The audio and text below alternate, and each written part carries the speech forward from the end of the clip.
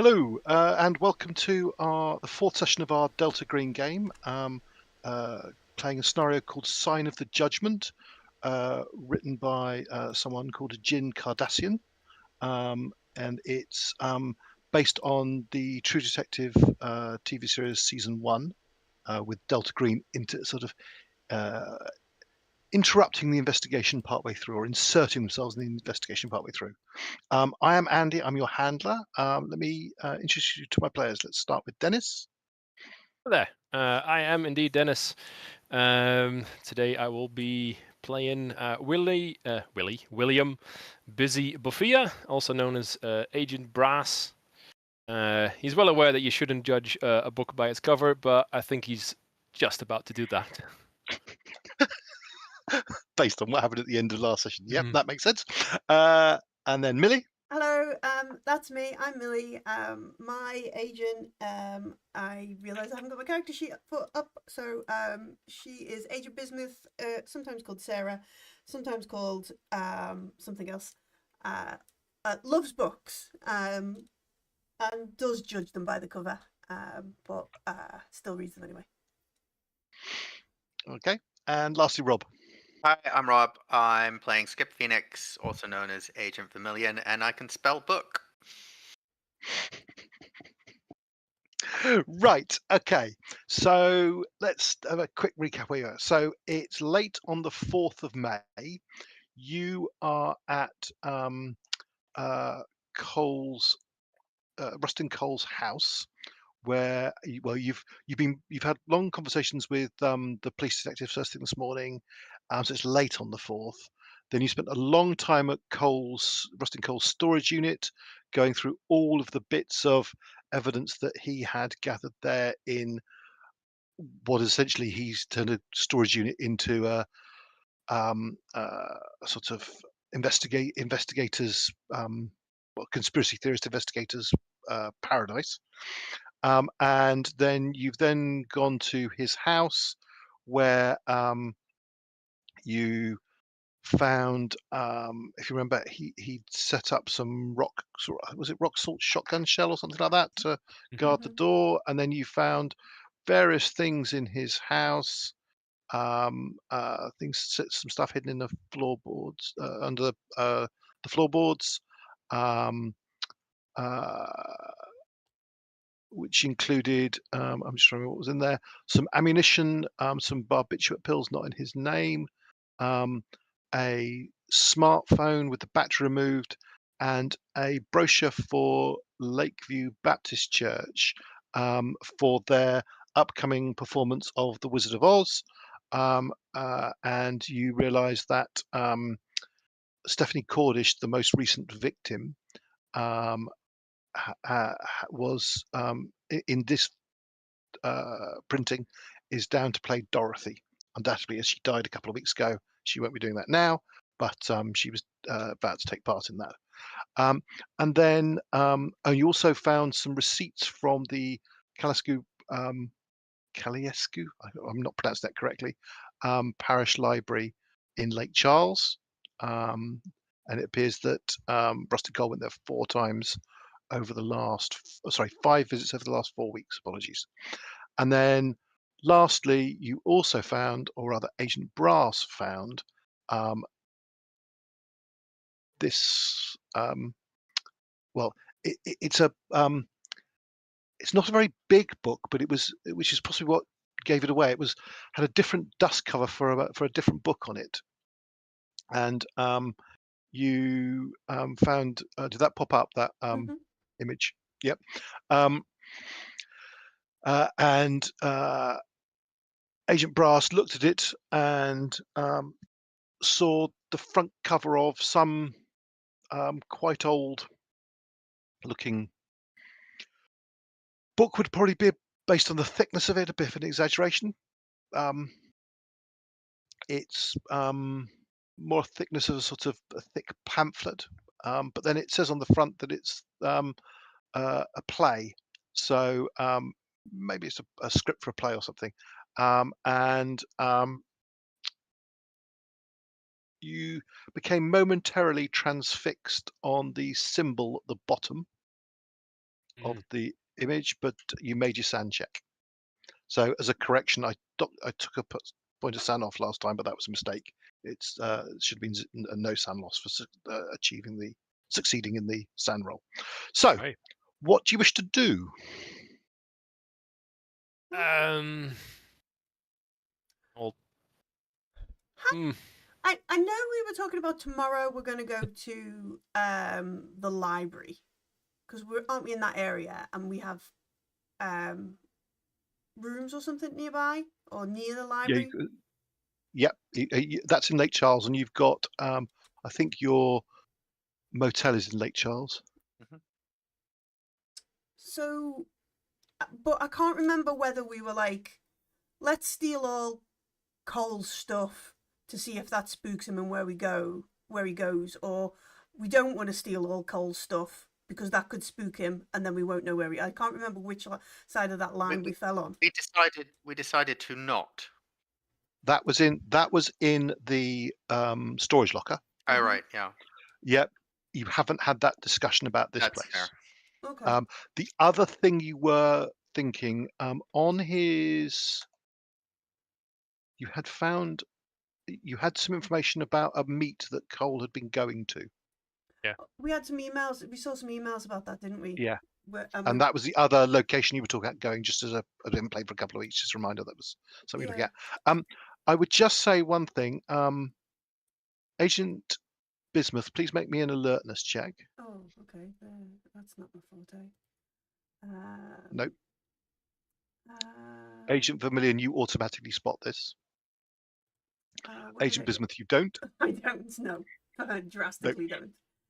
No. So, Agent Vermillion, you notice that Agent Brass is just standing slightly transfixed, staring at something in his hands. Appears to be a book. I'll draw Agent Bismuth's attention to that before I decide to poke or prod Agent Brass. Agent Brass, what do you wish to do? Stare at a book. If I'm snapped out of this kind of thing, I'll attempt to hide it. Like I'll put the dust cover back on, and like I'm taking it with, stashing it. We're taking it with as evidence, but I'll not show the others what is exactly in it just yet. Just we need to like take this with us. Okay. Is it more physics stuff? This dude's got loads of physics stuff everywhere, right? Yeah. Yeah. There's physics books everywhere. It stands out as particularly not physics related. Esoterica. Well, the book cover. Very likely. The book cover. Where's it gone? It had. Is it for a fictional book called The Stranger by Albert Camus? Oh, that was it. It was like a fiction book, wasn't it? Yeah, which is the one fiction book that sort of looks out of place here. And it was in some sort of safe, wasn't it? No, it was in a stack of books. Oh, it was in a stack. I thought it was in like a safe with a gun for some reason. No, there's a hidden floorboard storage that's got some ammunition in it, but there's no gun there. No gun there. And there's what's in there. I think I've confused by saying the word brochure. In the storage, the sort of hidden storage, was this. There's a brochure in there, but did that pop up? The Lakeview Baptist Church brochure. Oh, okay. An upcoming theatre production, community theatre production. First showing is in just under 2 weeks. Stephanie, and she was the latest victim. She's the most recent of the murder victims. She died on the 19th of April. Sorry, she was found murdered on the 19th of April.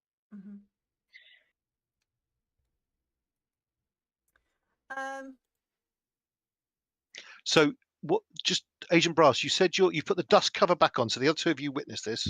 You put the dust cover back on, and then you've said you wanted to take it, but what are you physically doing with it?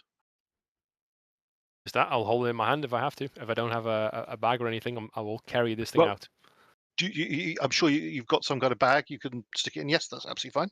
Yeah, I will mention like to the others that like we've seen like a reference to.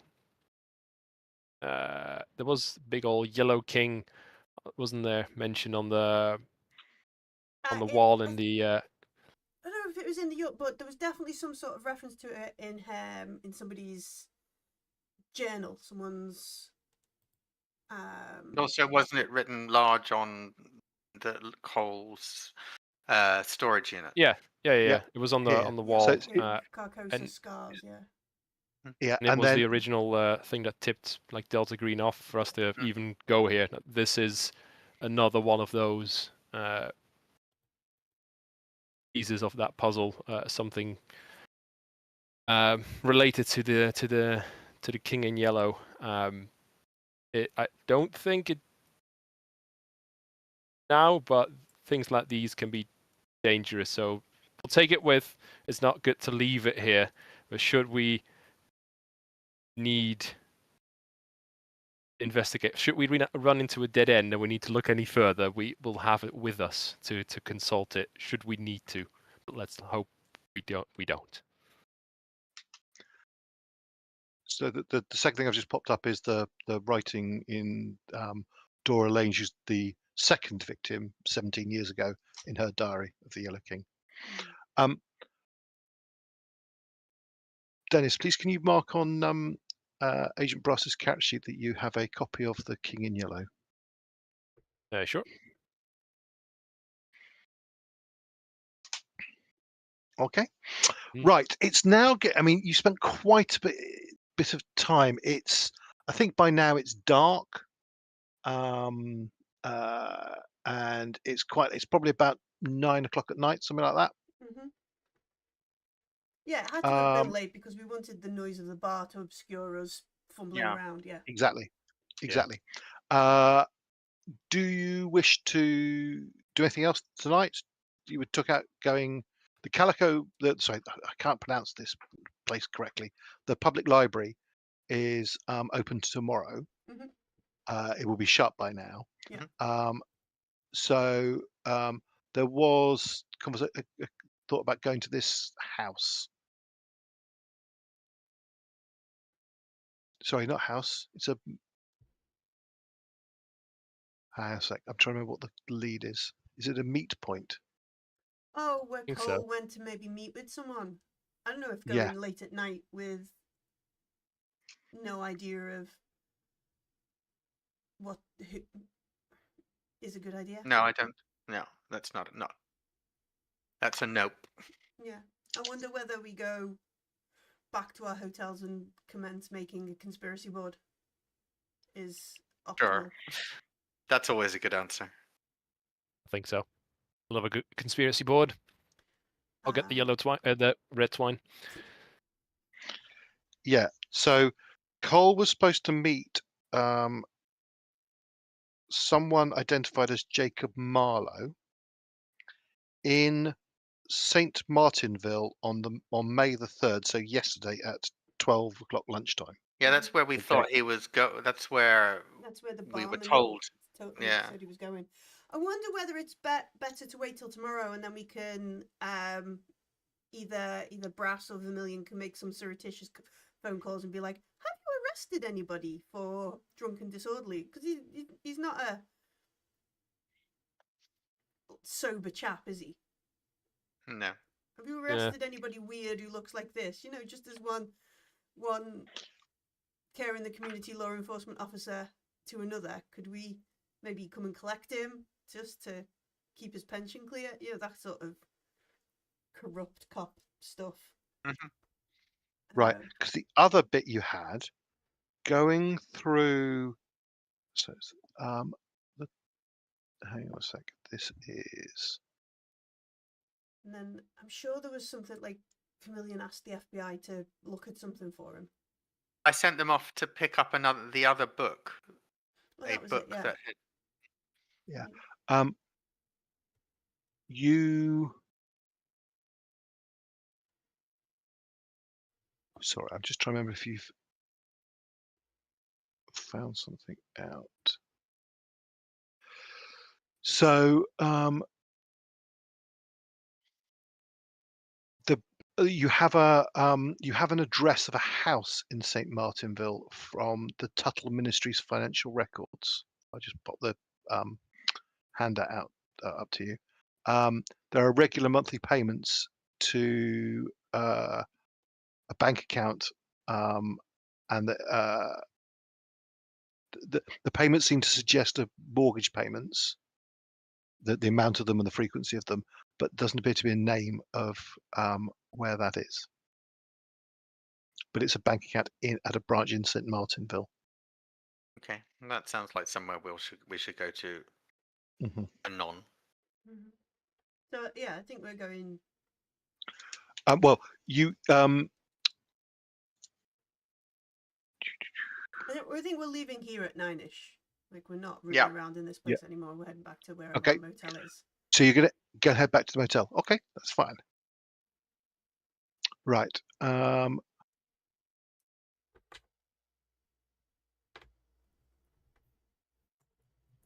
then, and then I think it's a case of like laying our stuff out, trying to work out things, and then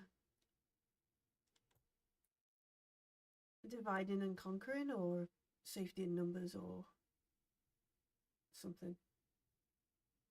Both of those things. Mm-hmm. Doing things either together or alone. Which is so helpful for the handler. No, quite happy if you split up. I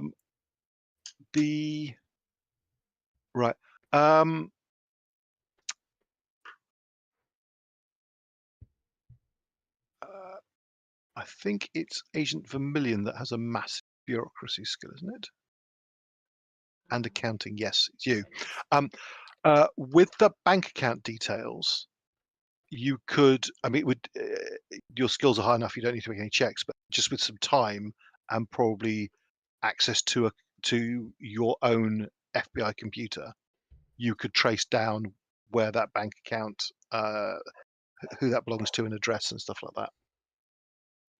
That would be a very reasonable thing to do while the other two are playing with their red string. So you're going back to your motel in Lake Charles. Mm-hmm. Yeah, your motel in Lake Charles. Yeah. Okay. Yep. Right.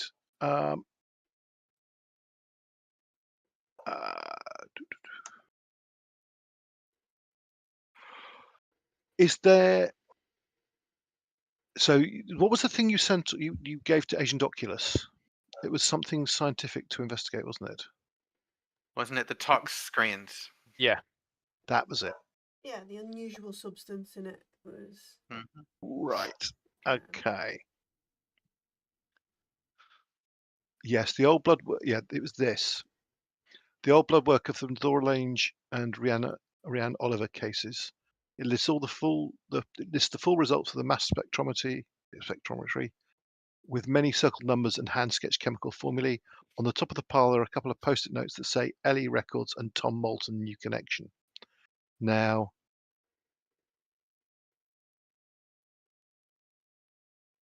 yeah, okay.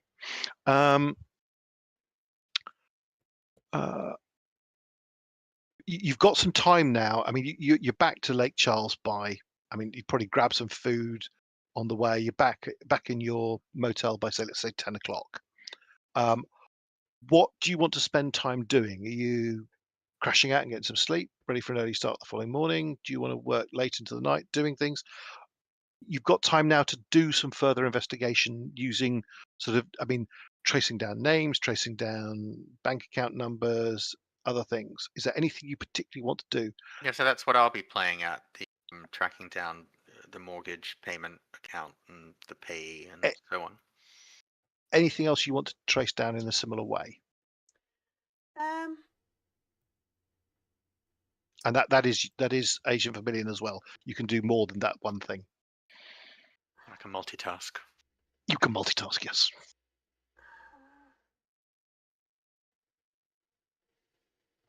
We should Anything? probably talk to Agent Brass about the book in the bag. No? Okay, fine. Yeah, maybe. Like, there's definitely stuff where Bismuth wants to look into. So there's obviously a connection between whatever performance they're putting on in the woods with these people that are or are not on stilts, but they managed to record 3 hours of it, and it's got a weird figure and and someone is selected and that kind of stuff. Then there's this this account that is on the one hand sort of denouncing summoning of a demon of some kind, but really just sounds or seems like a primer for how to do it yourself by theoretically some monks or something from Italy. And then there's this what other sub-language Ottocan of Spain and that kind of stuff. And there's some, what is it, research letters of from De Lorca. So there's stuff that Bismuth wants to try and be like, is this stuff that's transferred over from Europe to, you know, New Orleans, or this kind of area in the same sort of way? Because obviously there's quite often a connection between the church and it seems like it's here. It's like a sort of like, how close does this run? Because if it's just people who are towing the line in order to carry on their home religion without getting caught, or is it something that seems to be inside the church? Am I making sense? Yes, you are. Like, is the ministry the Tuttles? Are they just the sort of unknowing cover, or does history signs point to this being a thing that they do? Yeah. So that's the sort of stuff that Bismuth is interested in. Obviously, it would be good to know what sort of plays and things they're interested in, because that seems to be the method for teaching people how to do the stuff. However, Millie, I'm not going to push that as much as I want to go and read the book, because I know the book. Run face first into the play rather than being a sensible character who may just be a new agent but has dealt with weird shit before, so is fully used to, or as unhappy as she may be, having Delta Green take things off her and being like, no, you don't get it. Not right now. No. Right. So first of all, so Rob can think of something. You had actually done the research on the bank account already. I thought you had. I've just popped up that the bank account belongs to Jacob Marlowe. So that house, Cole seems to have gone to meet Marlowe at a park in St. Martinville, and that's where he lives. And you've now got Marlowe's home address. Okay, good. Okay, sorry. So have a think of what else you want to research. Now, Millie. So, Agent Bismuth, with your knowledge of anthropology and so on, and I would say the occult as well, your understanding of the Tuttles are very, very powerful, very, very powerful family from what you've been told, and they seem to have a high degree of influence and to some extent control of elements within the Baptist church network in Louisiana. Mostly going through the financial records that Agent Vermillion went through, the Tuttle Ministry financial reports, they very actively fund schools for disadvantaged children, and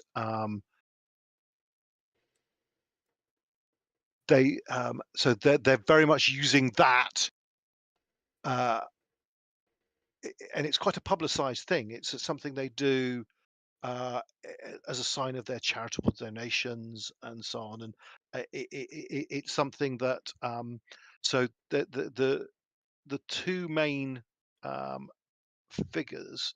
So there's the Reverend Billy Lee Tuttle, who died in 2010. It's currently 2012. And he had died from an accidental overdose of prescription medication in 2010. And then there is the current governor of Louisiana, Governor Edwin Tuttle, this man. Now he lives near Baton Rouge, and from the records, he's not directly mentioned in any of the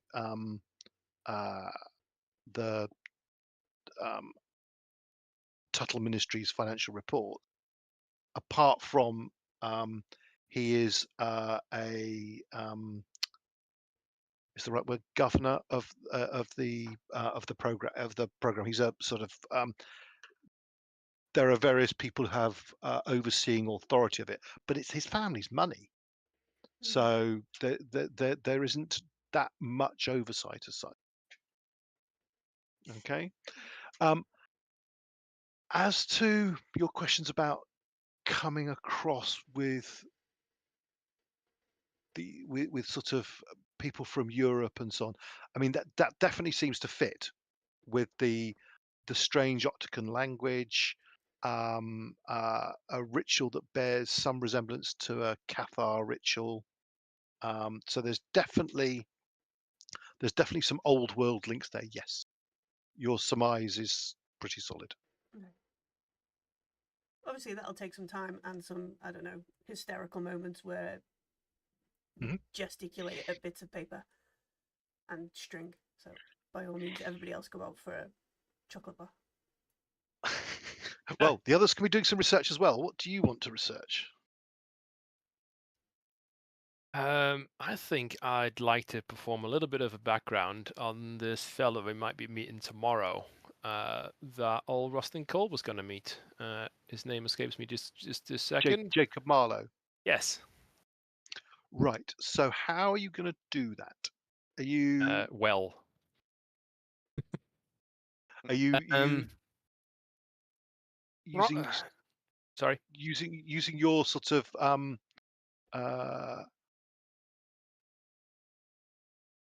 you sort of logging into your using your real laptop to log in and do police record checks? Is that what you're meaning, or is it something else? Probably, yeah. That'd be a good avenue, I think. Right.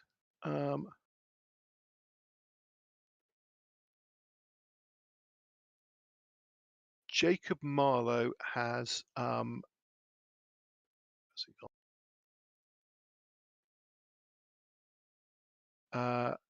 he has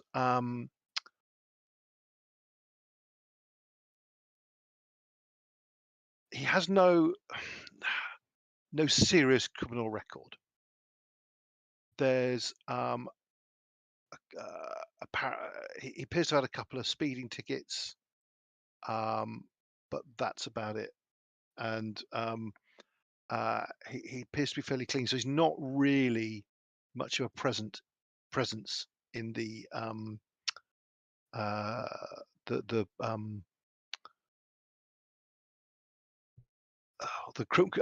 the sort of law enforcement community.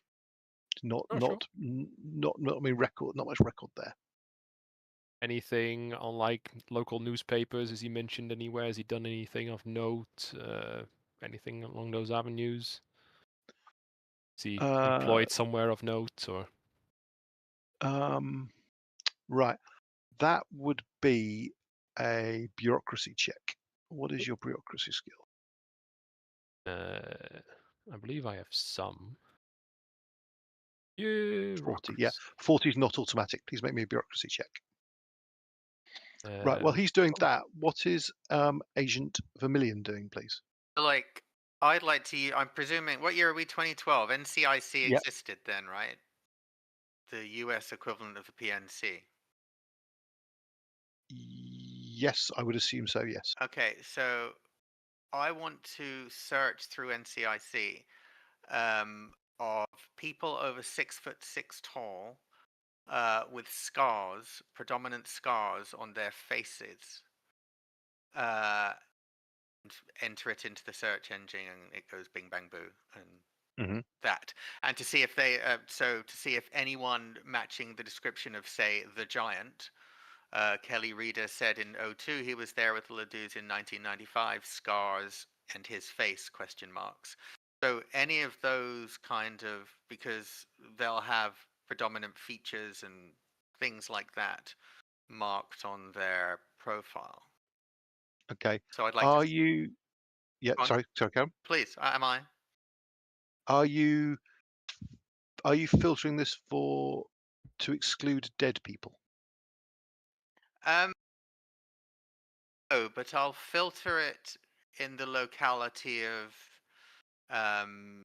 Louisiana and the 3 states that are surrounding it, which are Texas, Georgia, and Tennessee. One of them, some of them, I don't know. So one name you recognise already comes up, which is Reggie Ledoux. Yep, I get that, but he's got no scarring. He's got no special.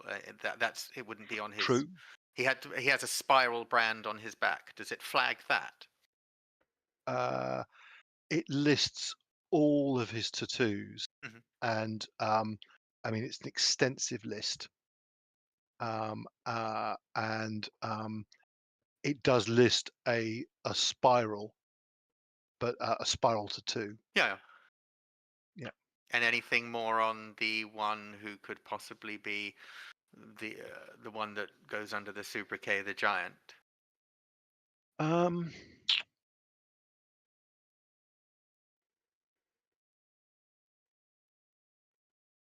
Right.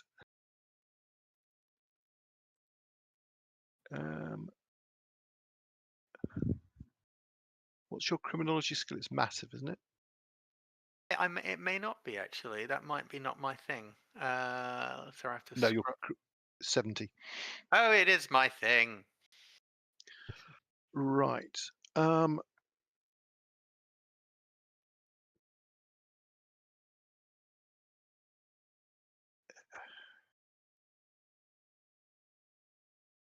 It does not produce anyone. Well, it produces a number of images.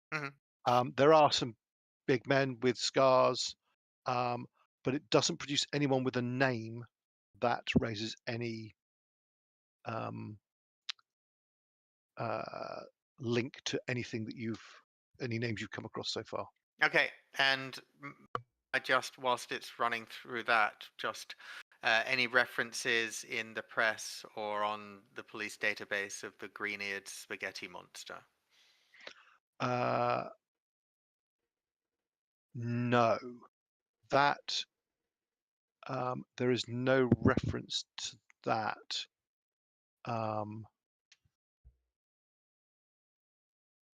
Okay, well, that's my evening. Yeah. Yep. Okay. Okay. Right.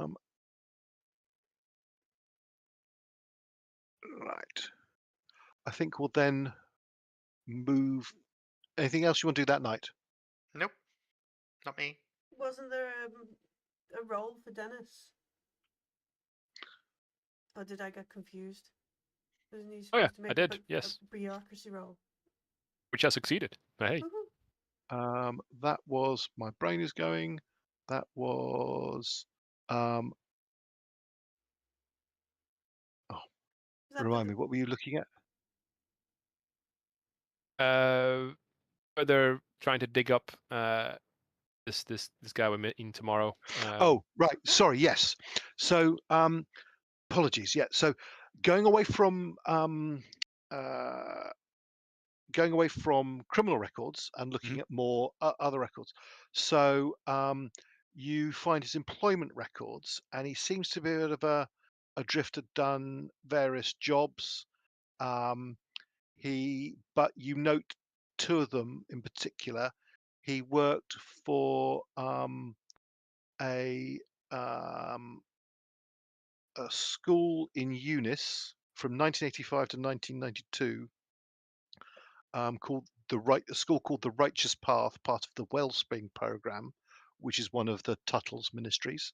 Yeah. And then he worked he was the custodian at a former school in St Martinville called Shepherd of Men, funded under the Tuttle Ministry School Voucher Program, and he worked there from 2003 to 2010, when that school closed when the voucher program ended.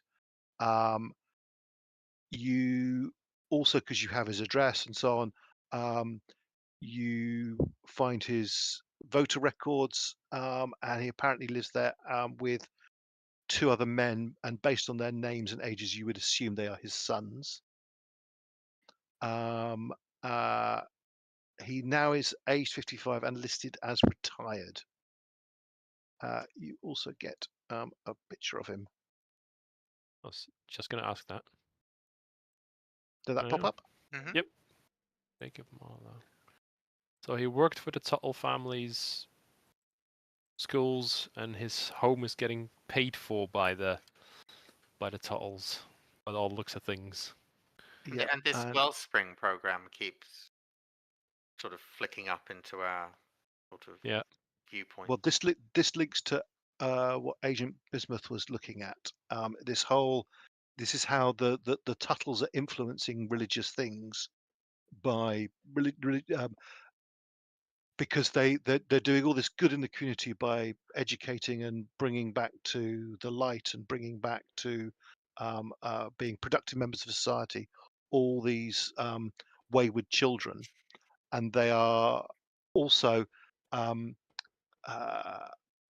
Agent Bus was probably able to find various newspaper articles and so on about it and so on, and it's something that gets used for good PR for the family, particularly for the governor. Yeah, he demonstrates his commitment to Louisiana by his helping of the poor and disadvantaged in these ways.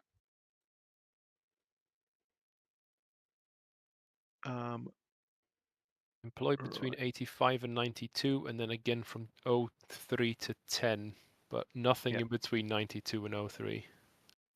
He had other odd jobs at those points, but he was working. But the key ones are those two things that appear to be connected to the Tuttles. Sure. Okay, and just to check one little thing.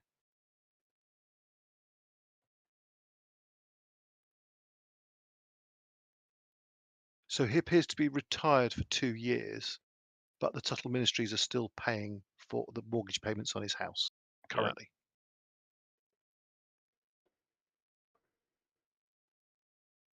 Okay.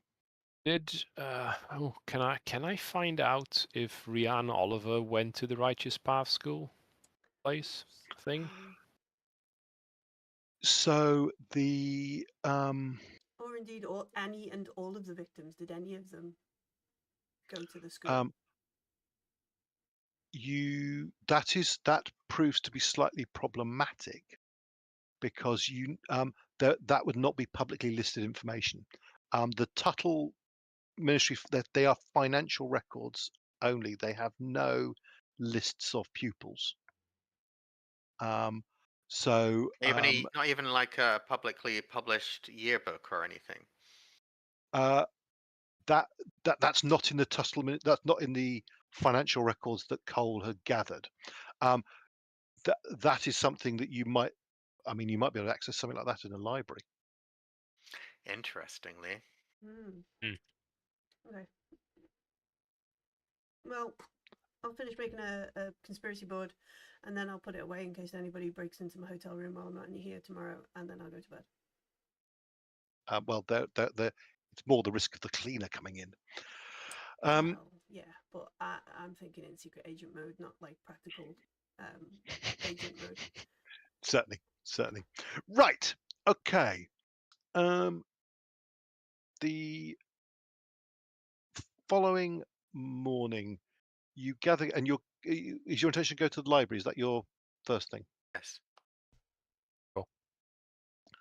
Right. But we don't all have to go to the library, but we all sort of should go to the same town as the library's in. Yeah, fair. The library is in Lake Charles. Mhm. Before that happens, though, Oh, no. Breakfast. over breakfast, Okay. all three of your phones ping with a message from Agent Oculus. So, where are we? Is this to tell us the results of the talk screen, or to? Yes. So, okay.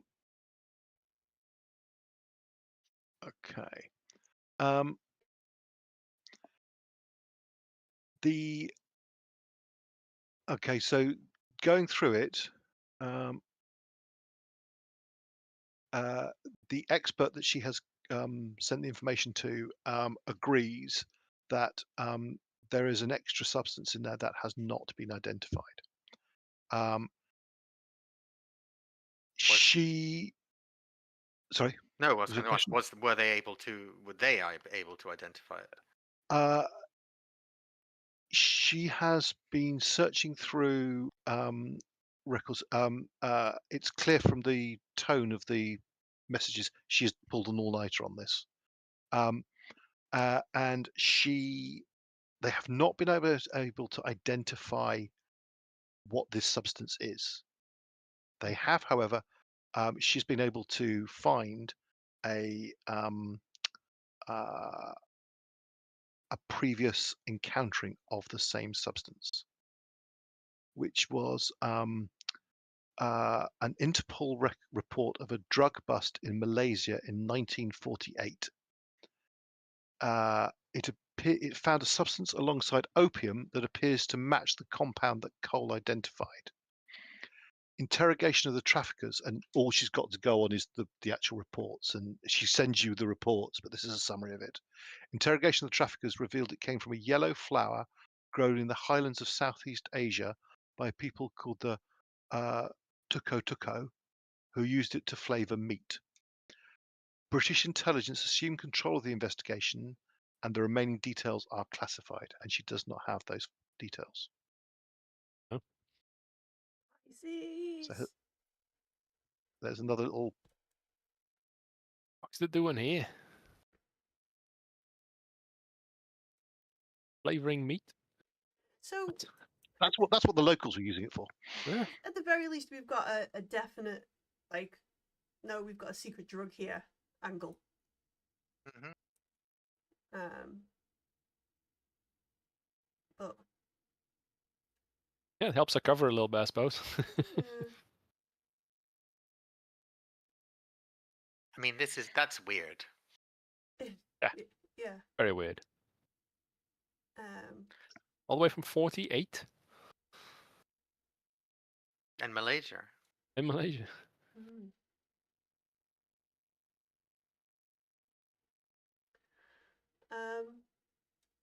Well, that's not helpful, but it might be helpful. The last thing we needed was another side quest. To Malaysia! To Malaysia in 1948, please. Yeah. We've come to ask you questions about something that happened nearly 60 years ago. Can we speak to your mother? Does she speak English? No. No. I've got Spanish and Latin. Is it? Anything you wish to respond to Agent Oculus about with that, or anything further you want her to investigate regarding it, or anything? Well, we can appreciate the effort she put in. Appreciate the all-nighter. Yeah. Let's not push her for more than we should.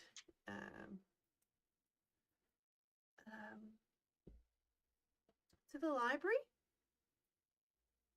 To the library. Honestly, I just think we should all go to the same place because we don't know when the weird shit's going to happen. Right. How do you? Is it Calcasieu? How do you think you pronounce it? Where's the word? I've just shared it. Right. Yeah, Calcasieu. Calcasieu. Yeah. So the Calcasieu Parish Public Library is in Lake Charles. The building's divided into two branches. The Carnegie Memorial branch is the public section facing the street, Behind it, facing the parking lot, is the Southwest Louisiana Historical Archives. That may be somewhere where they collect up the yearbooks for all schools maybe not in the entire of Louisiana, but probably in the local area, probably in the parish. Okay, so we could sort of have one of us sort of playing for yearbooks and other people going into libraries with books.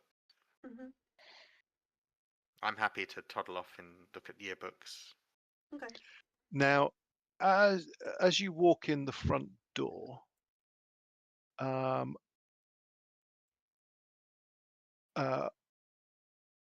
right. I can't be bothered to make dice rolls for it because the other, even if Bismuth doesn't spot it, the other two definitely will. Mm. You spot someone who's from some of your background research in the case. Mm-hmm. You spot someone who has been mentioned in the profile of Marty Hart, who's Rustin Cole's partner. Mhm. You spot his eldest daughter, Audrey Hart, who appears to be working at the library. Well. Interesting. And she's behind the counter, working there.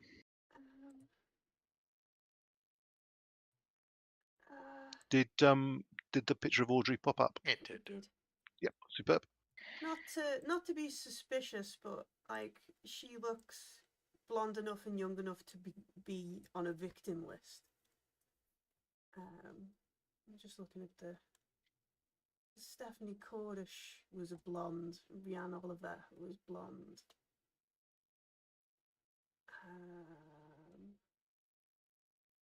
Can't remember who else was. Dora Lange blonde.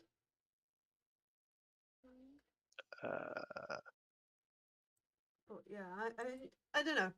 Dora Lange is more redhead. Okay, but okay. Maybe I'm just seeing things. Maybe this case is getting to me. No, paranoia is always part of a Delta Green agent's arsenal. Yeah. I would like to. I can't remember where the book is, but there was a book that Cole was looking at. Yeah, I can't remember. Can't find. Well, you've got records of him coming here 5 times in 4 weeks. Mm-hmm. Yeah. So you could go and call out every single book that he. Yeah. That is quite a large number of books, so you would probably need you'd need to show some form of police ID because obviously you don't have such library cards.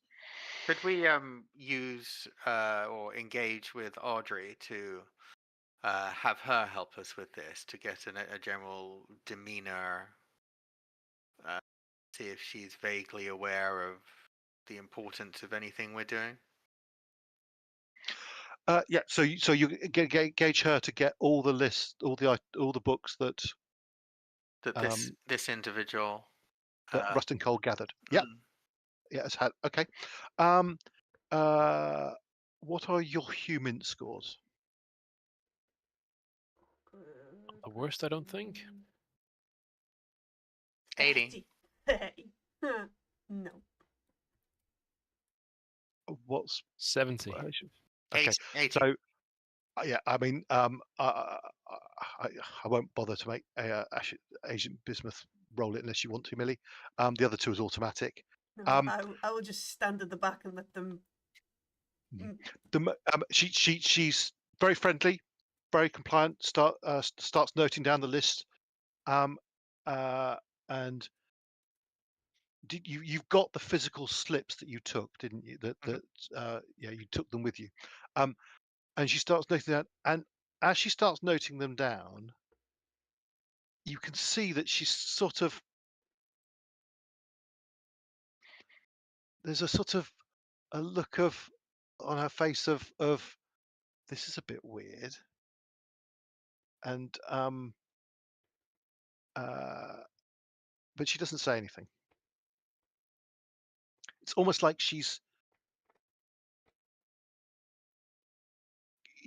recognizing some of these names. Of the books. Yes. And are these primarily physics textbooks and so on? No, they're more.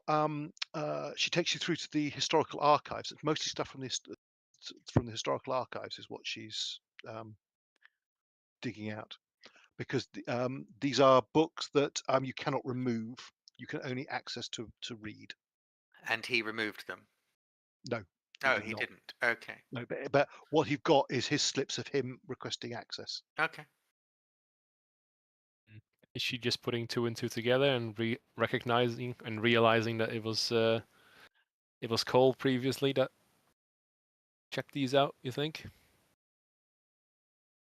Are you talking Read- amongst yourselves? Because Yeah. she's within here. She's within listening range. All right, I will not say anything. I'll save that question for when she leaves. Well, okay, she goes off and starts to collect some books then. Sorry, yes. Yeah, can we ask her to get those books out so we can at least see them? Yep. She starts gathering them. Okay. And comes back with various bits and pieces.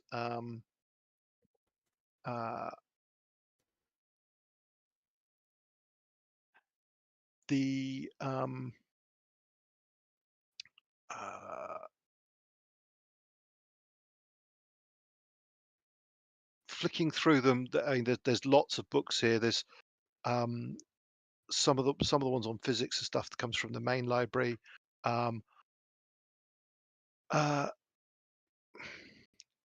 She brings back the first one, which you start looking through, and it's a book called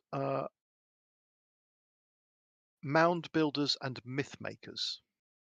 Oh, this is something I was checking out for the monolith, the circles that the video might have been recorded in. Yeah. And in a chapter titled "Stones of the Strangers," the book recounts a legend told to the French explorer La Salle by the Taesca people in 1682. They claimed that ancient stone monoliths existed in hidden places in the swamps and woods of the Gulf Coast. These monoliths were built tens of thousands of years ago by giants that once inhabited the surface, but later retreated into the earth. The strangers had the power to read minds and appear and disappear at will, and they worshipped an unnamed god in front of these stones. And they were giants. They might be giants. Like our guys were giants, or kinda. Yeah. Now, the moment you read that, Agent Bismuth, that contradicts something you know. The age given by these legends predates all known civilizations in the area. The first culture in what's referred to as the Marksville culture is between 100 BCE to 400 CE, and that's nothing like the dates that no one was living here to build monoliths tens of thousands of years ago. Okay, I will make a note and then be like, all right.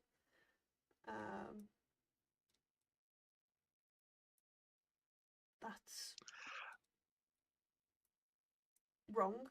I will look to see if I know the author professionally, just in case. In my day job. You've certainly read stuff by them.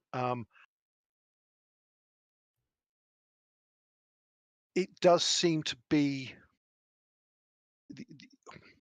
the author is someone who is not the best at cross-checking things, and so had you authored this, you would have known that story cannot be true. Hmm. And would have caveated it. He has not. The author has not done so. He's not done the research to check that is actually Yeah. impossible based on other sort of historical and anthropological records. Okay. Okay. Um, Okay. then Audrey comes back after a while. She's bought various other books, and you'll go through various other books. They're not really giving you anything more that you haven't already come across. And she starts pulling out some stuff from historical archive, Hmm. and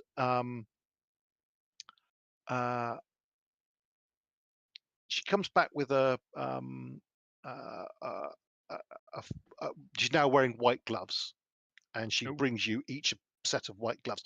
Actually, probably Agent Bismuth probably has her own set.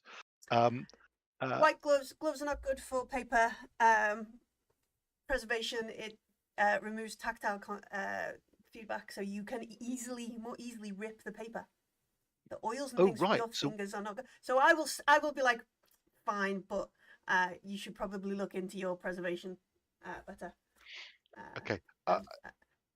And then remember, I'm an FBI agent, and I shouldn't know that. She looks a little worried and says, "Oh, I'm sorry, but it's what we're told to do, and it's what they taught me to do when I was studying." And she looks at you, goes, she seems about to ask a question, and then changes her mind and just hands the folder of across, and goes off to find something else. You call her back and say, Audrey, you look like you wanted to ask us something. You've been so helpful for us. This is an open dialogue. Oh yes, you're Mr. Persuade as well, aren't you? Yes. Can't swim for shit though, so she says,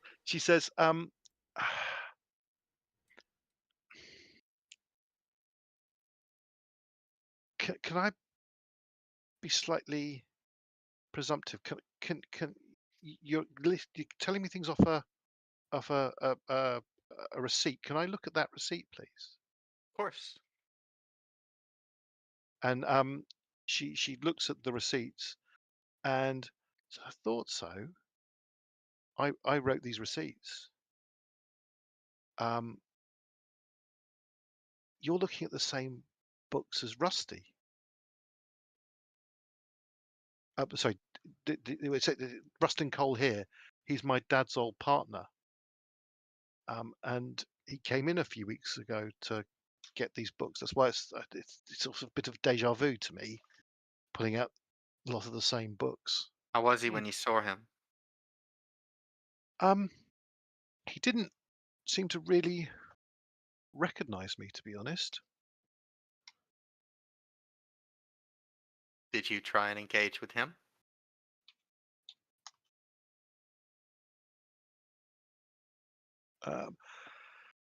Well, I no, because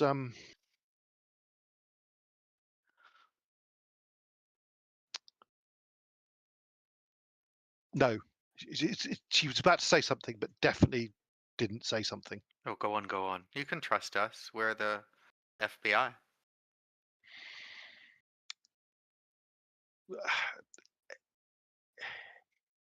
He was the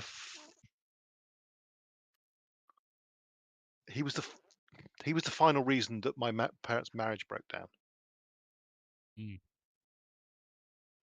Did we know So that already? We knew that already, didn't we? I can't remember whether you knew that or not. Okay, but we'll nod as if we didn't. Yep. Hang on a sec. And I imagine they're not in contact anymore, are they? Well, they're they're civil to each other.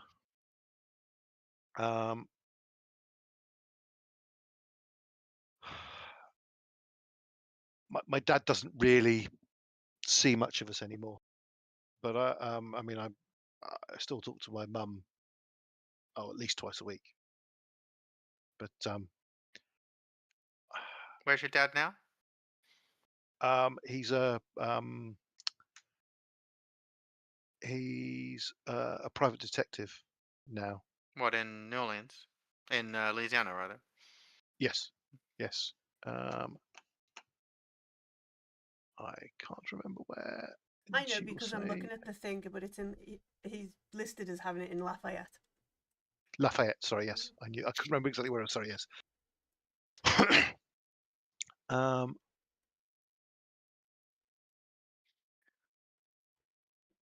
Yeah, he came in. He came in. Yeah, what I think it's 5 times. I think. Well, you got 5 slips here, so it must have been. Yeah.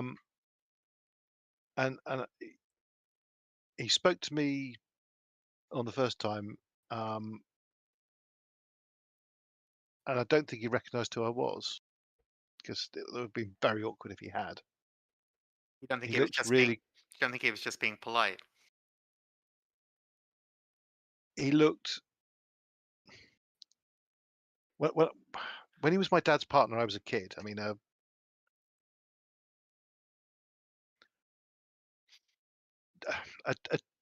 teenager who got into little bits of trouble. Can we just leave it at that?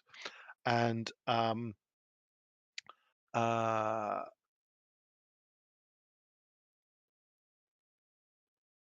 Agent Brass, Mm-hmm. you can make me a luck check. Oh.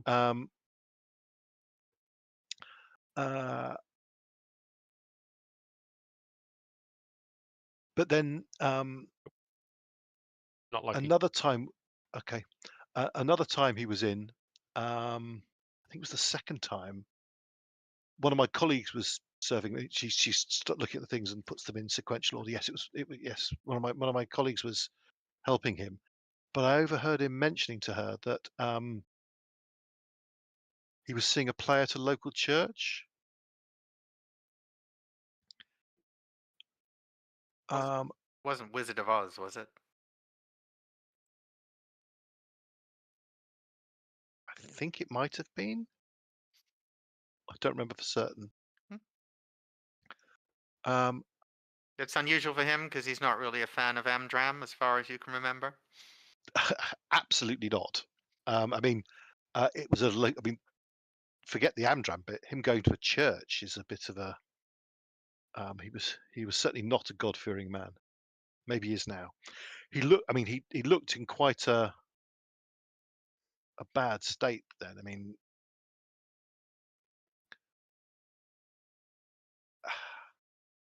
I'm no expert on this, but he looked to me like a man who was a heavy drinker. Yeah. And we've heard. Yeah. Okay. He also was asking about some old book called The Letters of Teleos to Lorca. But that was something. I mean, we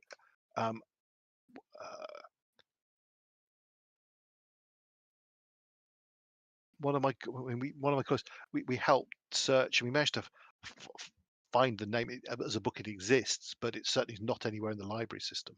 Isn't that the book that I asked the FBI people to go and track down for us? Yeah. Yeah. Did he try and order it or anything? Well,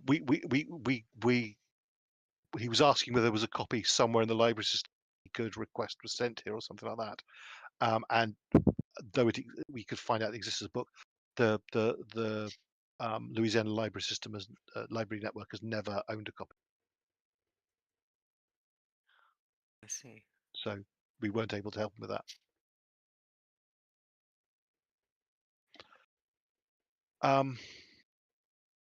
But it seemed important to him, and I was able to find out that there's a book dealer in New Orleans who has a copy. You told him that.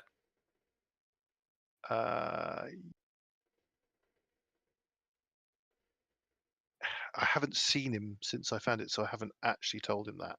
Okay. But it's a lady called Miriam Carlyle. Oh, we've heard that name, yeah.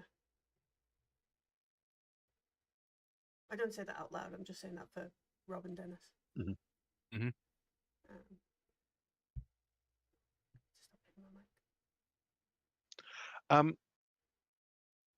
But yeah, he's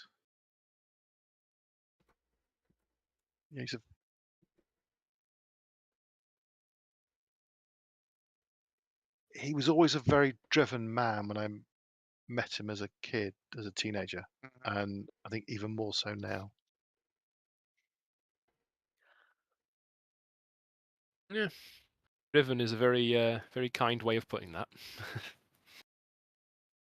Anyway, let me go and get the rest of these books for you. Oh, did he have any interest in sort of 20th century sort of philosophical literature like Camus or anything like that? Not that I remember. And then she looks at the list. No, nothing on here about that. I don't. Okay. Whilst we're here,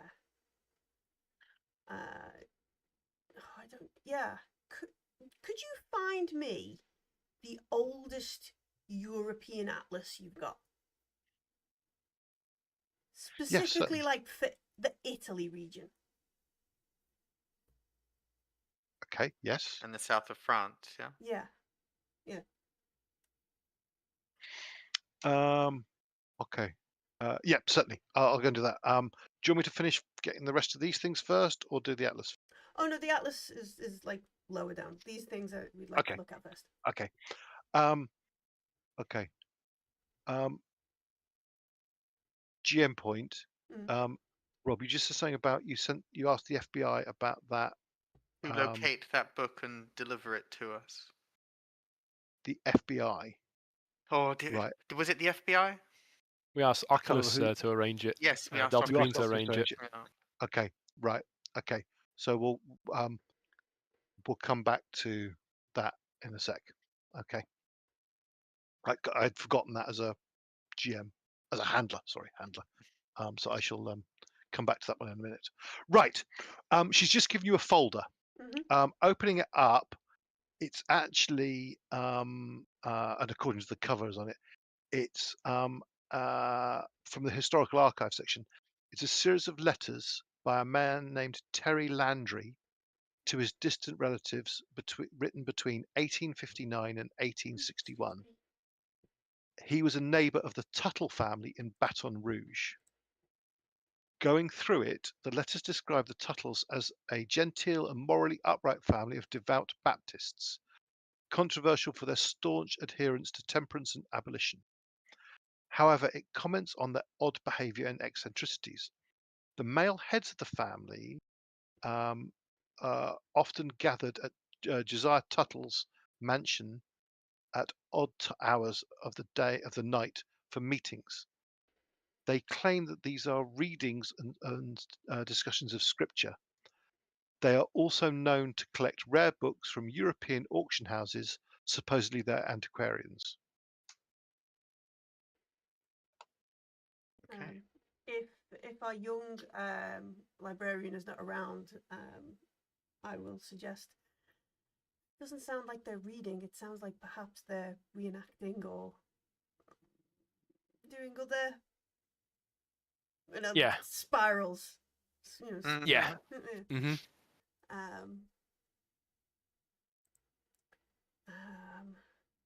They've been doing this for a long, long time by the sounds of it.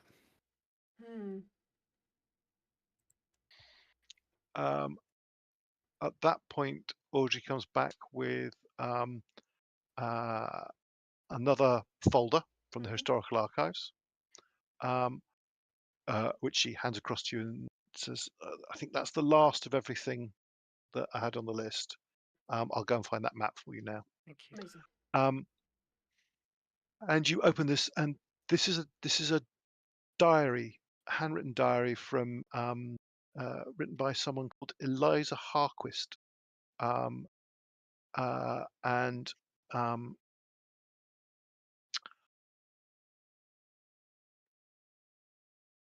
flicking through it, you're led fairly quickly to a page that someone has left a sort of torn bit of paper in as a bookmark. And it's an entry from 1938. And she's writing about how members of the Tuttle family and others sometimes go on expedition to the untracked Bayou Woods southwest of Baton Rouge. They leave at night and do not return until the morning. When asked about this, they say that they enjoy night hunting. She then goes on to mention a few pages later someone called Wilma Tuttle, regarded by his peers as the young and impressionable runt of the clan. She appears to be slightly scathing of him at that point. She managed to corner him at a party, she writes, and talk at the location of their destination out of him. Wilma told him where they went, would not dare say why, only that it was not for hunting. Along with the text, Eliza alludes to a map she has drawn, which marks the location. The page immediately after this entry is cut from the diary. Rusty. All right. Yeah. Mustn't defile books like that. Yeah. I, of course, will be furious.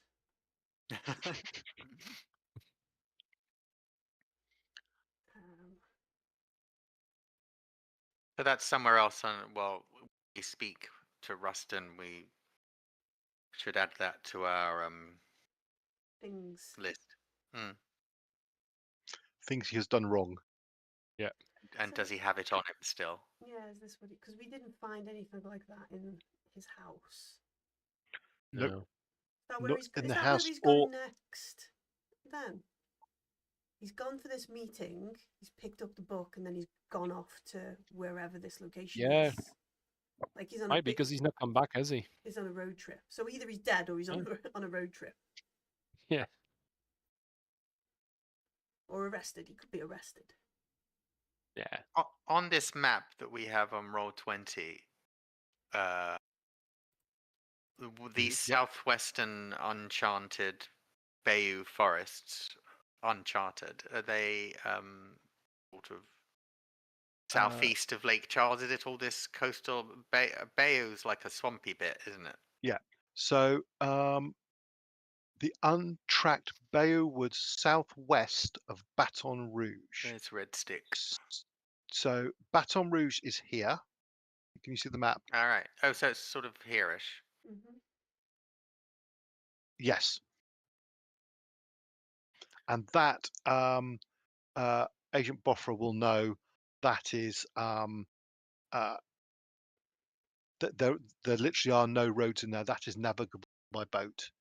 That is Bayou swampland. You can walk in there. Absolutely, you can walk in there. You couldn't drive. You would need to take go by boat. It's like one of those cool swamp boats with the big helicopter on the big propeller thing on the back. Yeah, it is that is swamp. That is absolute classic swamp boat area with alligators and stuff like that. Okay, you do. Okay. Okay. Well, I feel like we've inched forward and picked up 18 other side quests, but we have inched forward ever so slightly. Mm-hmm. Yeah. Do we need to go to the did we want to actually look at the yearbooks and see if all of the murder victims went to the like those school things? Yeah, if Yeah. possible. Should be rather quick, right? Just to look through a You list can of do names. that while I look at the Atlas of Europe. So, just to be completely clear, all Bismuth is doing. So we've heard of what is it? The Telios de Lorca, right? Which is an Italian Spanish sort of location. And it sounds like she's gonna just look around the little towns or whatever's on this old map and look for something called Carcosa. Sounds a bit Italian Spanish, eh? It's just gonna see if it's another village. Like, is that another village or town in the area with another? We're looking for the investigations, the words from Telios.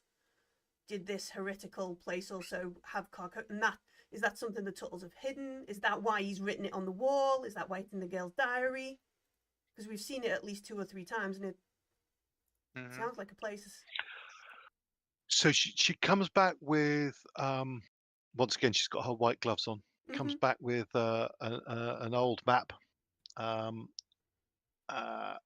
you spend some time pondering it. And though you get some places that are close in spelling to Carcosa, you don't get anything that is specifically called Carcosa. I mean, I knew I wouldn't, but it was worth a look. The lovely Playa del Carcosa. Yeah, Playa del Carcosa.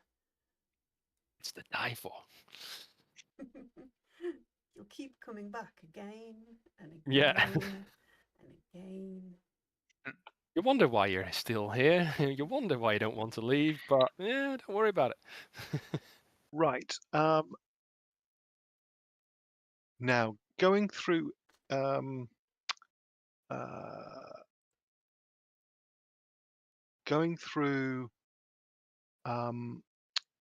yearbooks. Yes. You find that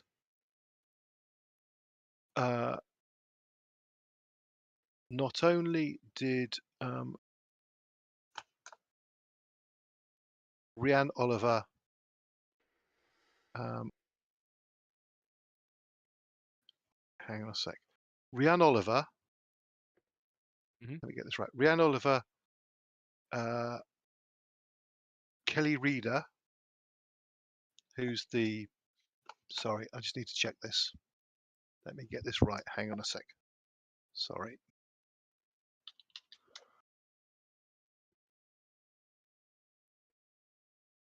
So,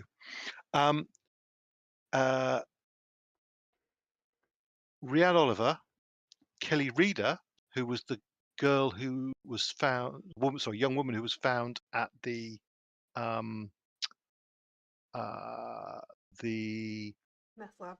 meth lab and rescued by Rustin Cole and Marty Hart. The two of them both went to the same school at the same time. Also at school with them at the same time was Reggie Ledoux. All 3 of them were at school together.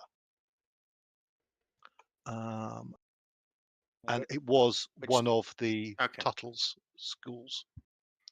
And then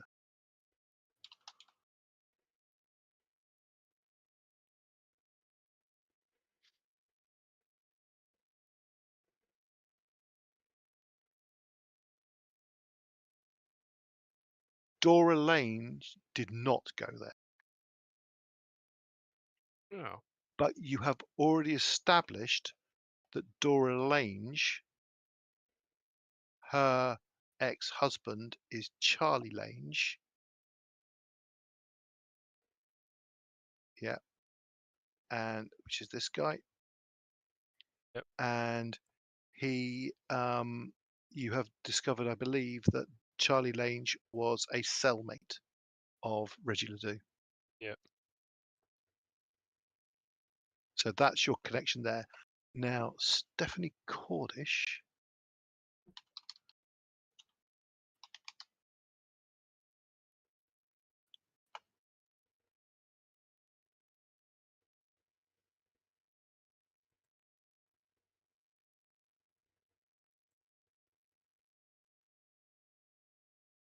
Stephanie Cordish also went to, so The first three went to one of the Wellspring schools.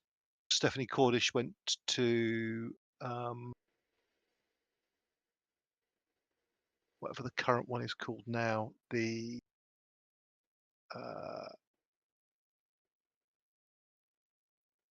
She went to Shepherd of Men, where Jacob Marlowe used to work.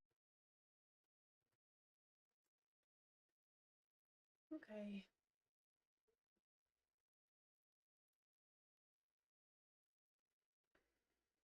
Okay.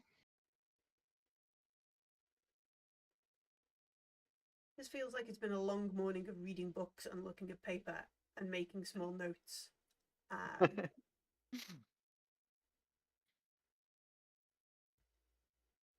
Are we gonna stay at the library all day, or are we gonna head off? I think we're leaving. I'm all libraried out. Yeah. Yeah, there's a lot of books, Joe. Do we want to go to Jacob Marlowe's house? I think that's a good port of call. Mm-hmm. Okay. Are you going in one car? Yeah. Okay. Just for reference, is it the car you hired, or is it Agent Brass's own car? Be my car if you want. Sure. Okay. Okay.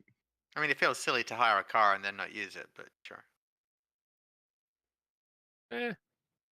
Yeah, I trust my old Maggie. She gets me around. sure. You've also got certain things in the boot, the trunk. Anti-material gun. Oh yes, because you got that as well. Yes. Oh, Right. Oh, I do. Piercing a While house while Agent Brass is driving you there, Agent Vermillion, you get a phone call from Agent Oculus. Why? On your iPhone 4. mission phone. Agent Vermillion, this name, Carlyle, Miriam Carlyle. Explain to me how this has come up. And I explain it.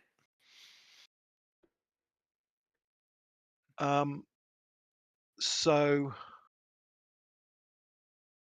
she's come up as a book dealer in New Orleans who Rustin Cole was interested in. We believe the Tuttles have links to book importers and dealers all over the Europe and locally. Okay. Well, she is she is a known dealer in antiquity books, but are you going to visit her?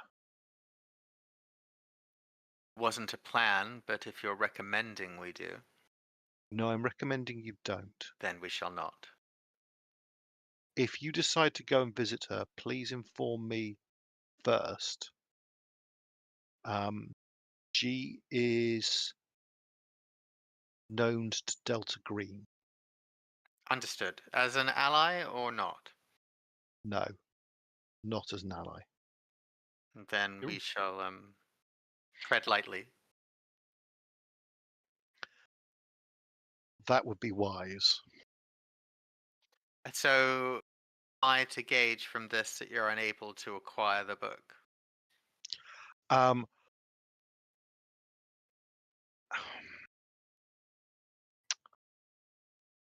now going to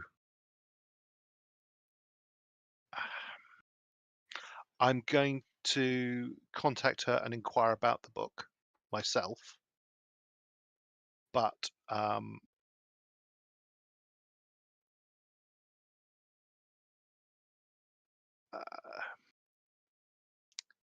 well, let's see what that contact brings, and then we'll decide where to progress from there.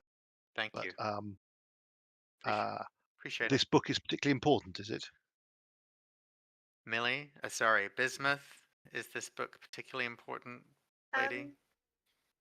Yes, it potentially lists rituals to raise a demon. Whatever is happening Okay. in here is connected to it, and the Tuttles had a copy, but it was destroyed. Quotation marks.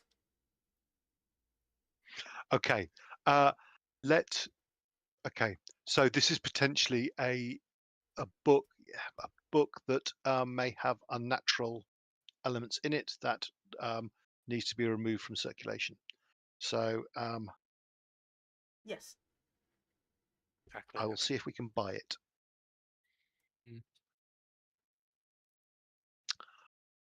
Okay. I will come back to you. Thank you. Right.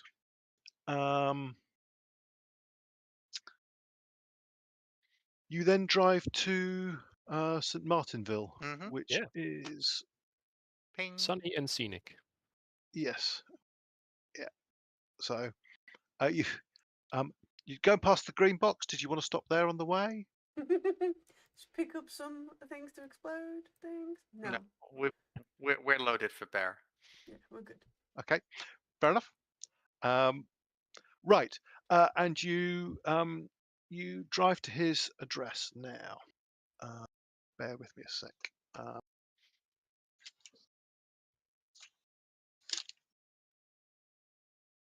What time of day will we get there? I would say, how far is that? How far is Lake Charles to? Sorry, I have actually. That's It's what, about like, 115 kilometers to Lafayette, like so 70 mile. yeah, a couple of hours. So you'll be there. I'd say you probably stopped and grabbed some takeout to eat on the way. You're probably there by 3 o'clock in the afternoon, something like that. Sound all right? Yeah. Mm-hmm. Sure. Right. Somewhere in Crowley at a crossroads. That's where I want to have dinner. Thank you.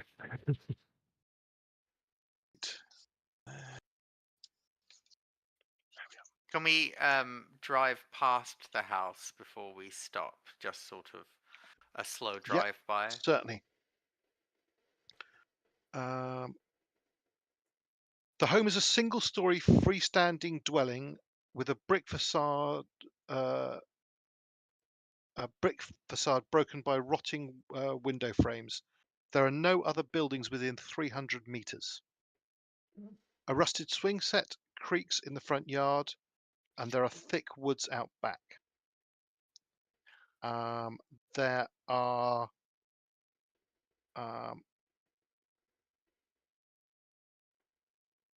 three vehicles parked out front. 2 trucks, 2 sort of flatbed trucks, sort of pickup trucks, and a sedan. Can we take the license plates and run them through whatever people run them through to find out who the owners of these cars are? The sedan belongs to Jacob Marlowe. The 2 trucks belong one each to his 2 sons. Okay. All 3 people listed. Sorry, you're assuming they're his sons based on the names. Okay. Listed as staying here. Okay, and it's a weekday and it's 3 p.m. and all their cars are there. Yes.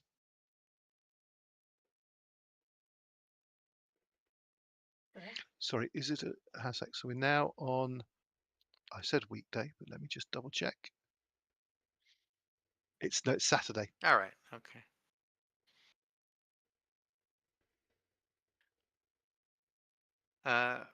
What do you want to do, chaps? Do we just knock on the door and say howdy doody, or Unless you want to do like a running in with guns version. no, of that. no, that hadn't occurred to me, but Oh, okay. no, not the best conversation starter. No. But are we just going to go in and ask, why did you meet with Cole? Where is Cole? Where has he gone to in the swamp? Is that the angle? Well, yeah, to say we're looking for him. We believe you've seen him recently. Are you able to point us where he's gone? Why did he come to see you? Can you remember? Let me... Sorry, just to be clear. Sorry, the all three vehicles are parked around the back of the house. Sorry, I should have made that clear. Does it look like houses have been knocked down in so much as there are empty lots, or is it just a empty space? We're quite rural. It's just space. Okay. Judging by the numberings of the house and the ones you've driven past, quite probably there's lots that have never been bought and have still got trees on them. Gotcha. Well, let's knock on the door, chaps. Okay, so just to remind ourselves, this chap is the one who's been emailing backwards and forwards with Cole, and he says he saw a spiral branded on a faculty member. He tried to reach out to Cole before, but Cole had left the state. And then once he found out Cole had come back, he decided to contact him and help. And his last message was he's found something new and wanted to meet Cole in person yesterday. Yeah. So this dude has tried to bring that info to Cole. Yeah. Let's see if he was successful. Potentially he's the last person to see Cole alive. Mm-hmm. Or killed him. And buried him in the big Right. forest out the back.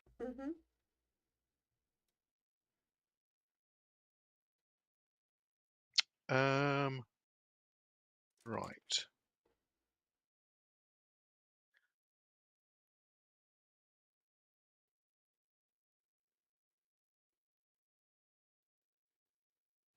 Okay. You go to the front door, knock, and there is no answer. Should we pop round the back?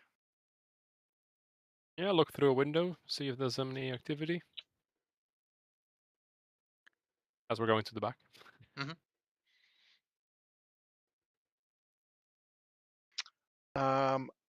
Right. Going round to the back door, there's three vehicles parked around the back.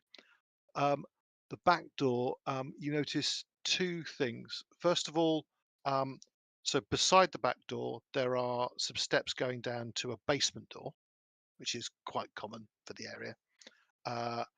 And you can see that and there's a few steps up. There's a few steps up at the front, and there's a few steps up at the back to the back door.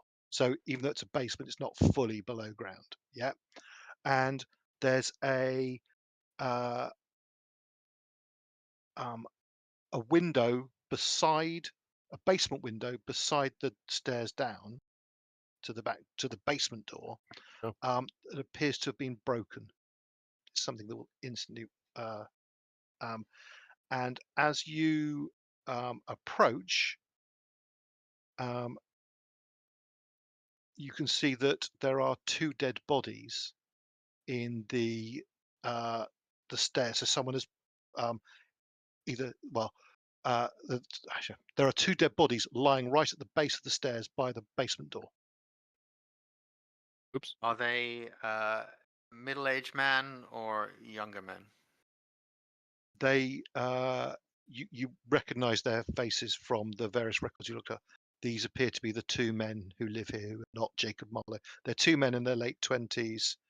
From glancing at them, one is lying on his back and appears to have been shot in the chest. The other one is lying on his front and appears to have an exit wound on the back of his on his back. Wow.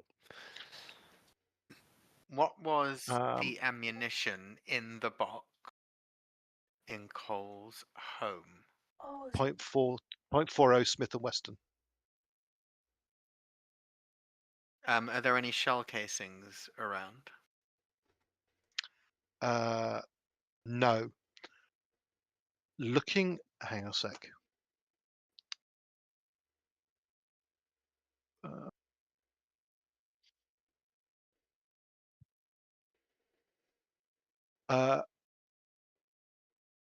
Actually, looking at the ground, it looks like actually you could see scrape marks where both bodies have been dragged and put down the stairs. So they probably weren't shot here. Mhm. But looking at it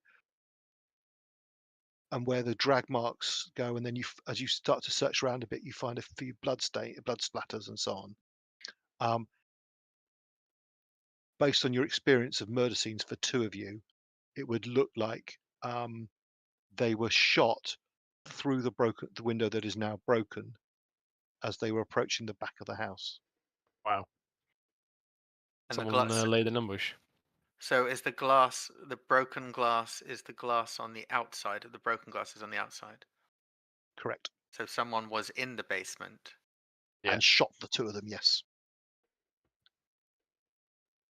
Should we go down to the basement? Yeah. I will draw my weapon, obviously, at this point.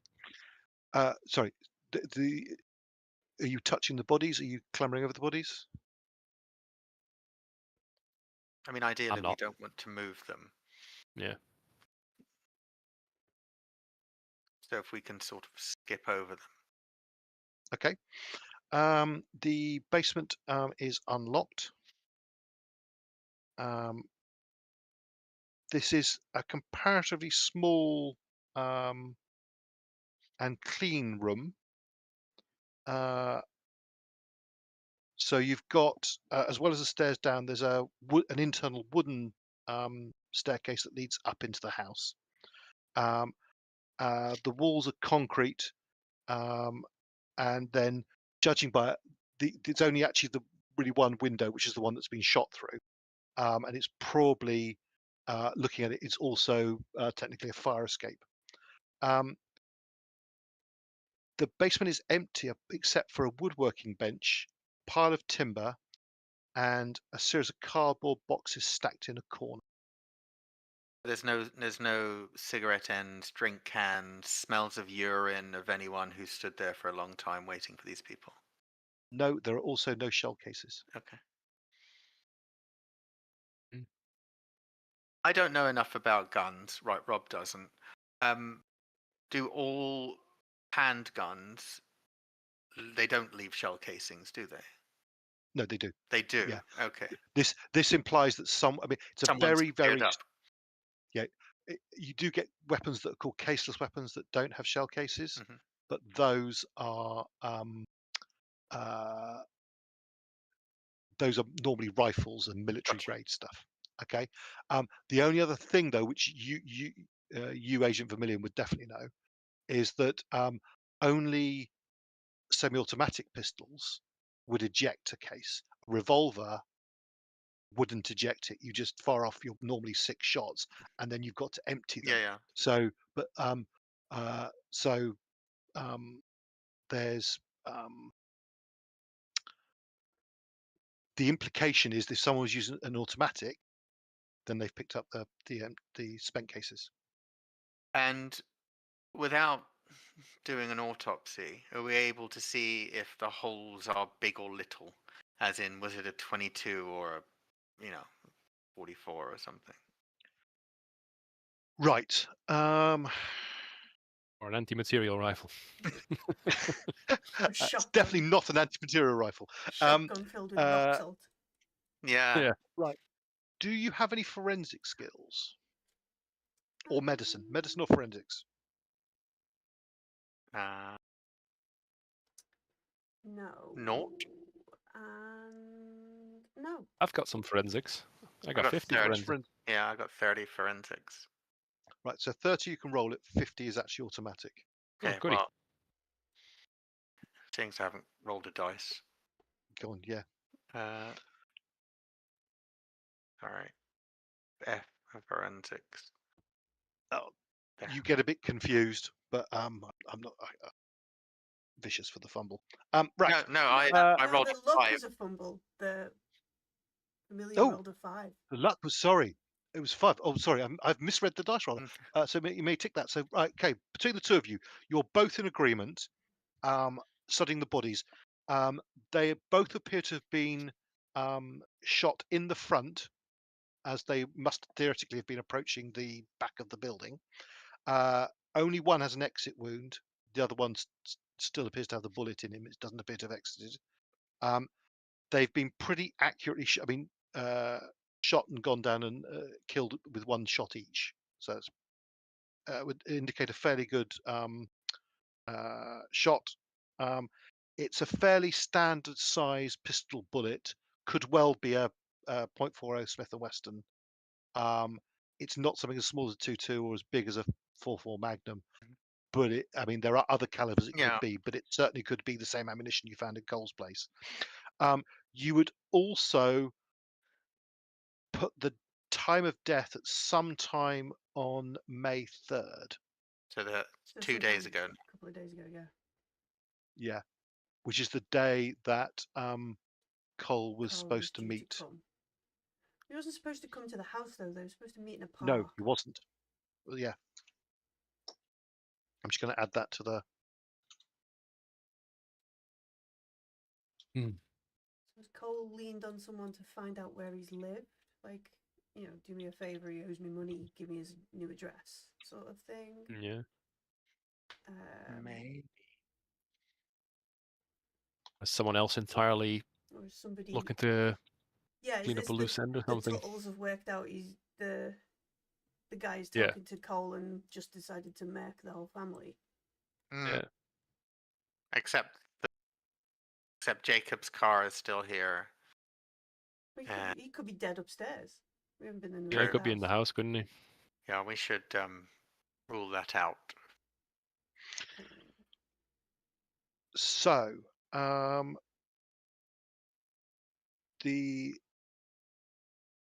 think that's all you can figure out from the bodies. Was there anything else you wanted to do in the basement? I just have a poke at the boxes in the corner. You said there were some boxes in the corner. Yeah. Is this boxes in the corner like there were at the green room? Is this dude collecting a big wad of evidence for weird stuff, or is it just like, I don't know, porn? No, they are more financial records from the Wellspring program. Ooh. Oh, Vermillion. This looks like Just stuff you like. Raises an eyebrow. Glancing at them, they list rental and mortgage payments for the land and properties of private schools it subsidised. Some property was owned directly by the Tuttle Ministries and loaned out for free. School names are listed. There are no personnel files. Can we boost that and stick it in the back seat? Yes, sorry, I haven't. Have I not done a handout for this? Sorry. I will write. I won't do it now this minute, but I will write your handout for that. This is once again. This is another load of information. Actually, what that brief summary would need some time to study it. I'll carry them into up to the car while you folks investigate the rest of the building if you want. Or we can all do it together. Cool. I don't mind. No, you can go to the car. We can poke our heads upstairs. Right. Going upstairs, the first thing you notice is, both of you notice, is a coppery smell, which you both recognize as a smell of blood from your experience. Guns out. Yeah, definitely. I mean, this place.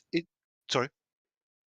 We were already welcomed by, was it a bouquet of grenades and a shotgun with rock salt at 2 previous locations.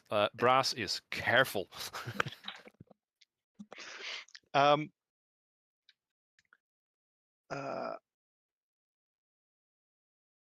This place is totally different to the basement. The basement was all clean and tidy and organized. This is the absolute reverse. It looks like a hoarder's home.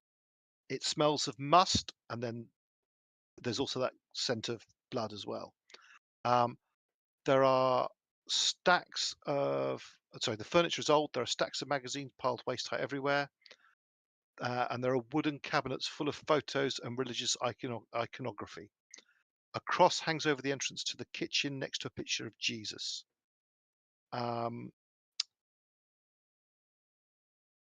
The blood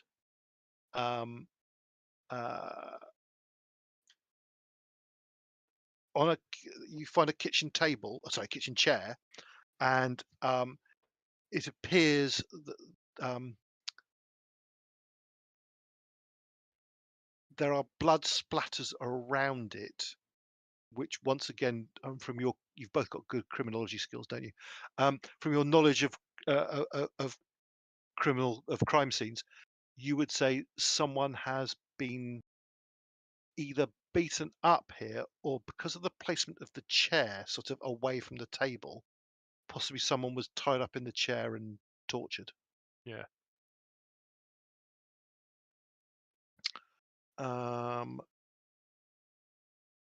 Okay.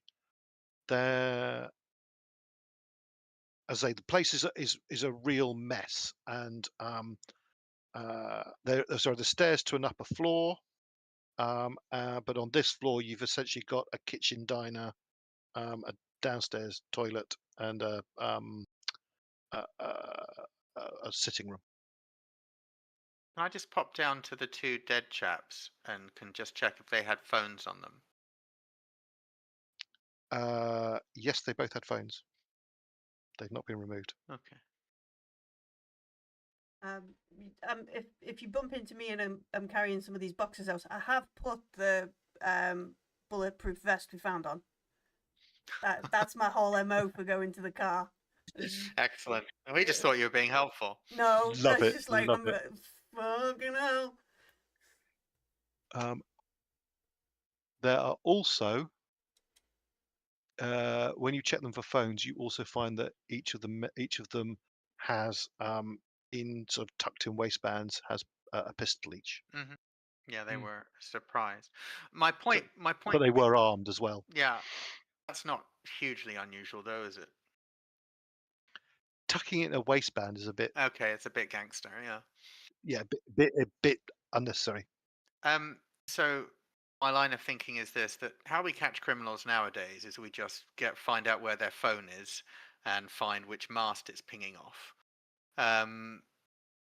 Does that technology exist in 2012 if we wanted to locate where Mr. Marlowe's phone, Mr. Jacob Marlowe, not Marley, his phone was? Yes. That's something I'd like to do at some point. Okay. Certainly. Or it would. That's another research thing for later. Sure, I think. and also it would tell me which the nearest mast was and when it was last switched on. Yeah, that's the information it'll give you. Yeah. That's probably not commonly done, I would think, at this time by Louisiana State Police. No. But it's something that the detectives could potentially do, but FBI resources could definitely do it. Yeah. Okay. Do you want to do anything else in here? There is Is all the vast amount of clutter. Is all the iconography Christian, or is there any voodoo or Santa Maria, whatever versions we have in this game? What is your because interestingly enough, the only skill to cover this, well, the two skills are either occult or anthropology. So you can roll me an occult.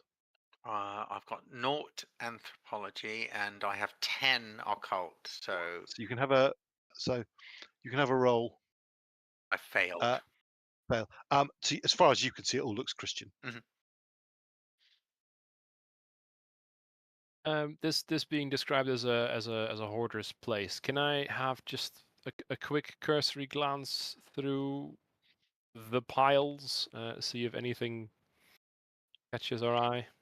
what do you? All right. So let me read the description again. The furniture is old. There are stacks of magazines piled waist height everywhere, and wooden cabinets full of photos and religious iconography. Is that what would you like to have a look at? We'll go for the magazines then. When do they date from? If Brass can find an earliest one. Right. Well, you're searching through them, and they appear to be being. It literally is sequential. Someone is stacking them as they getting them and stacking them on top, and they're quite. The bottom ones are quite old. But more interestingly, wedged between some of the magazines, you find a notebook, and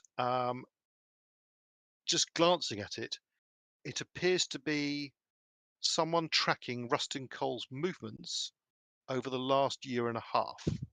It details his work hours at the bar, grocery and liquor store runs, and visits to the storage facility in Church Point. Entries happen on a weekly basis, and each lists a landline number that appears to have reported the information. Oh, following and reporting. So yeah, okay. So we can, I imagine, at some point find the place where that landline number is associated with. Yeah. Does it handily state on the first page this notebook belongs to? No. Oh. It's Cole seems to have the other things it notes. It's got his 5 visits to the library. Mm-hmm. It's also got his visit to the Cordish murder scene. Okay. He went to the Cordish murder scene. Sure.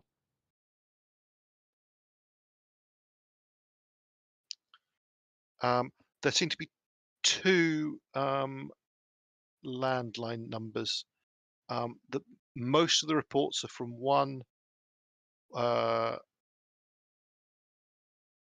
Some of the ones where he's going to different places than normal. All the ones about his house, his movement around his house, are for one landline number, and the other, the odd ones seem to be from a different number. You said so. The ones that are watching his house, that are reporting on his actions to and from his own property, are from one specific landline. Yes. Okay.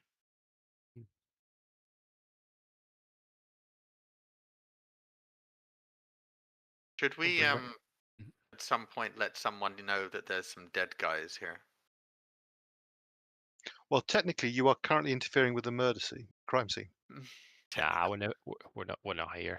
And technically, Agent Bismuth has removed evidence from a murder scene. Trust me, it happened. We're never here. Yeah, we were never here. We'll Well, it does occur to you that your fingerprints may be in certain places. Is this the point where we set fire to the house, or we just get that get the giant gun out and explode the house? Fire out. What happened there? Who could possibly tell? Okay, so there's no sign of Jacob. There's no sign. Well, there is his car, isn't it? The Rustin's car is here. No, not Rustin's car. Jacob's car and his Jacob's 2 sons are here. Okay, can we just check the trunks, please, of the cars, or we open these things?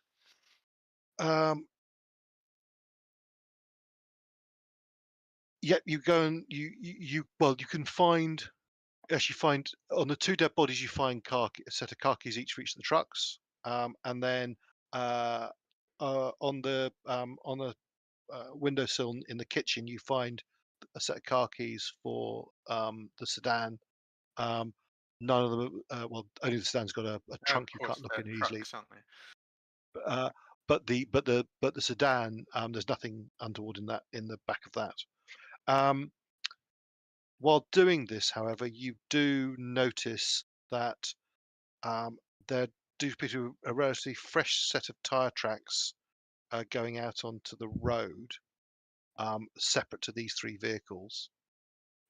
There was a 4th vehicle here, and your forensics is 30, isn't it? Yeah. Yep, that's sufficient for this.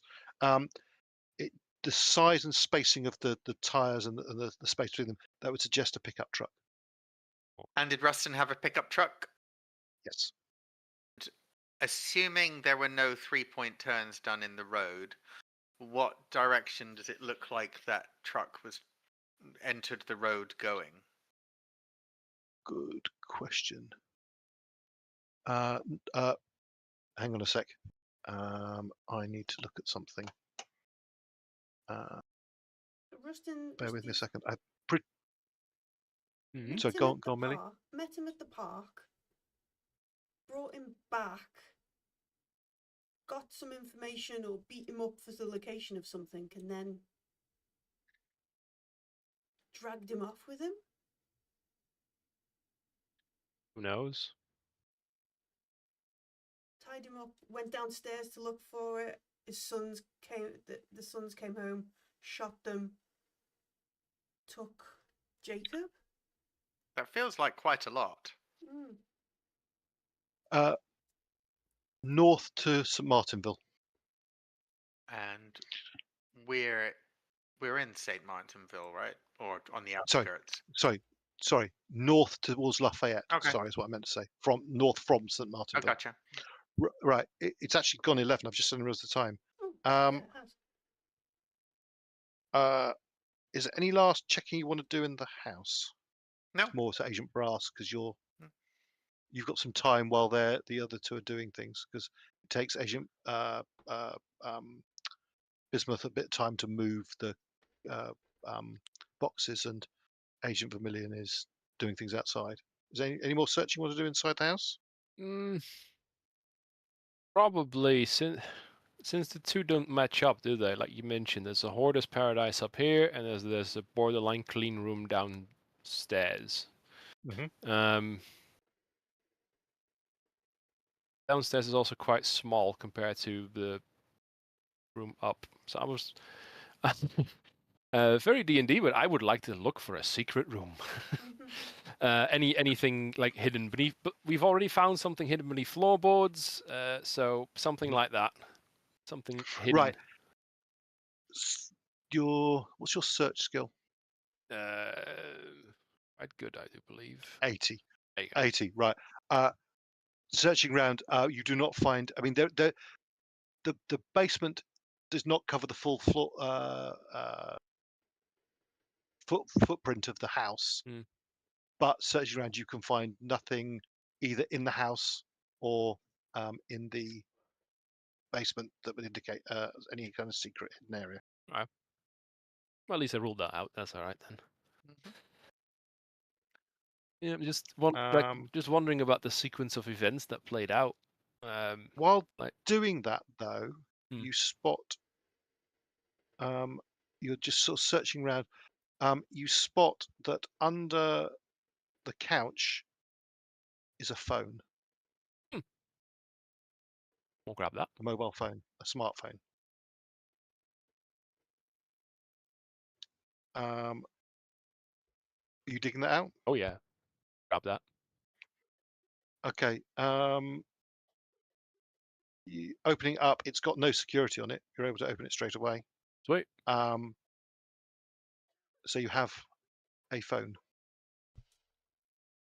Contact info in there at all? Checking it and the 2 phones that Agent Vermillion found on each of the 2 sons, you're pretty certain that this is Jacob Marlowe's phone. Oh, right. chat histories in there? Any sent messages, received messages? No. The last call though is from an unknown number on the 3rd of May at 12 lunchtime. Exact meet time that he was supposed to meet Cole. Right. So did someone... The email to Cole was like, expect a call from an unknown number at 12. You've been setting Cole up. Either they set Cole up or the Tuttles got to Jacob before he could spill the beans or something. Make me a luck check, please, as well, Agent Brass. No. No. Okay. No, Fine. that was not no. That was sorry. Still a fumble, right. though. Still a fumble. Yep. You've rolled the exact same thing twice on a. Yeah, it's the same luck roll. Yeah. I wonder about Roll20. I really do. Right. Okay. Any other search you wish to do? No, not from me. Okay. Anything more? Well, let's leave it in that. I think it's a good place to leave it. And in case something occurs to you, you can do it at the start of the next session. Cool. Okay. Absolutely. But thank you to anyone watching. There will be another session in a week's time. And we're making progress. And I always wonder with Delta Green Stars, are you getting more or less confused? I'm not sure. Yes. Yes. Right. Anyway, thanks for watching. There'll be another session in a while. Thanks, Raj. Bye-bye.